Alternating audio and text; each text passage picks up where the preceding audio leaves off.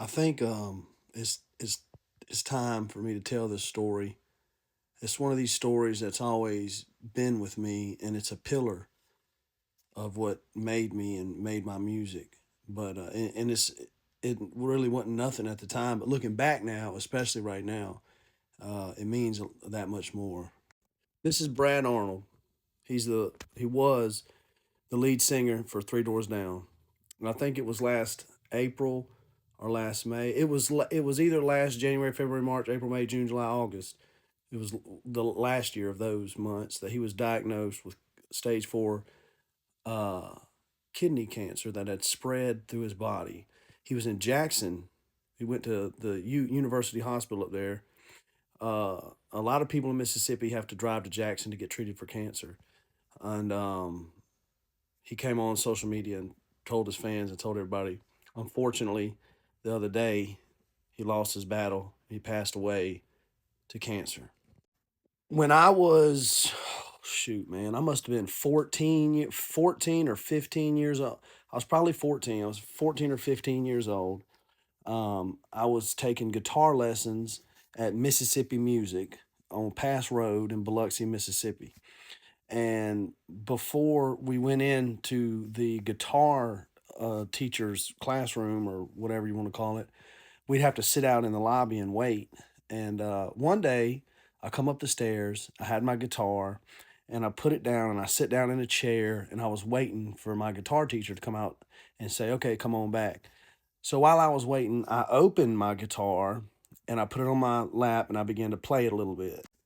It wasn't an acoustic guitar, it was an electric guitar. It was a 1950s Fender Telecaster with the ashtray on it, the pick guard in the back of the guitar called an ashtray. Telecasters don't come equipped with this anymore, and a lot of people don't even know what I'm talking about. If you know what an ashtray, Fender Telecasters, when they were first designed, they come with a pick guard in the back that you could take off. That's why they're no longer on the guitar, because people would just take them off. People would take them off and put them on their amp and use it as an ashtray. That's where it got its name, ashtray. My guitar still had it on it. I was 14. I didn't smoke back then. So I'm sitting there playing the guitar with the pick guard on it. And here comes Brad from Three Doors Down, walking down the hallway with a lady with him. And he walks by me and he stops him in his tracks. And he looks down at me and he sees this 1950s Fender Telecaster with an ashtray on it. So he walks over to me and he asks, he's way older than me, but he walks over to me and he asks, "Hey, do you mind if I play your guitar?" Because, not everybody's going to get a chance in their life to play a 1950s Fender Telecaster with an ashtray on it. So I got this rule about me. Anytime somebody, and I suggest, if you're a guitar player, I suggest you adopt this rule.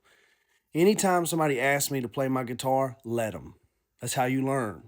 And this story is going to back up that claim. So he asked me if he could play the guitar. I said, yeah. So I gave him the guitar and he kneeled down in front of me and he started to play a little bit. As he was playing, this girl comes by. I think it was a girl. This girl comes by and asks him for his autograph. And so he says, sure. He hands me the guitar back, stands up and walks to the side. And I'm like, what just happened? So the lady that he came walking down the hallway, this older lady, she worked there. She was a vocal coach. She came kind of tiptoeing up to me and she said, "Do you know who that is?" And I didn't. Of course, we know who Three Doors Down is. Everybody in Mississippi, they're hometown boys. We know who Three Doors Down is, but I didn't know who this dude was. And she said, "That's the lead singer for Three Doors Down." So at this time, I was like, "Wow, you want to sign the guitar? Like, can he sign it?" But he signed the girl's autograph. He turned back to me. He said, "Thanks, man." And I was so like celebrity shocked. I didn't ask him. And he walked and hopped on down the stairs. And then my guitar teacher come and said, "Come on back." And then I get the guitar, put it in the case, and I walk back and I tell Eddie Raymond was his name. I told Eddie, I said, man, you know who that was? And he was like, yeah, he comes in here all the time. Oh, really? Dude was a genuine dude. He really was. Had a big heart, kind of a hometown hero.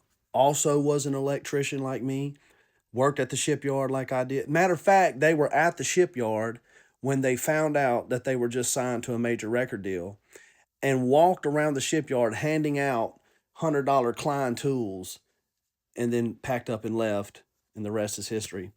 But I don't remember him like this. I remember him like this. This is the man that walked up to me and asked if he could play my guitar. And unfortunately, I got pretty bad off years later, wound up hawking that guitar so bad that after years and years later, well, about a year later, I come back to the pawn shop and seen it, and I was like, "Oh man, that's my guitar. That's my where did that come from?" And they pulled the paperwork, and that was the one that I